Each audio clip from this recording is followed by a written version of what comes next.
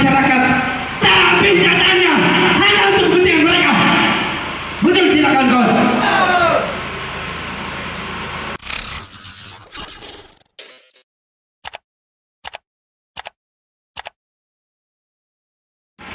Yang mereka katakan untuk kepentingan masyarakat, kebaikan masyarakat, tapi nyatanya hanya untuk kepentingan mereka. Betul tidak kawan-kawan?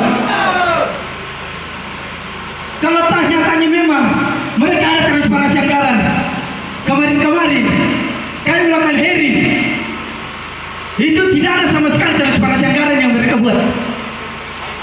Ada transparansi anggaran yang mereka buat itu hanya secara lisan. Yang kami mau secara tertulis, secara struktur dengan database. Itu yang kami mau.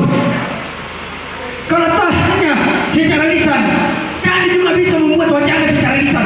Entah itu hanya kebohongan atau kejujuran. Begitu. Kami mau hanya kejelasan, real kejelasannya. Bukan istilahnya bahasa yang memudahkan.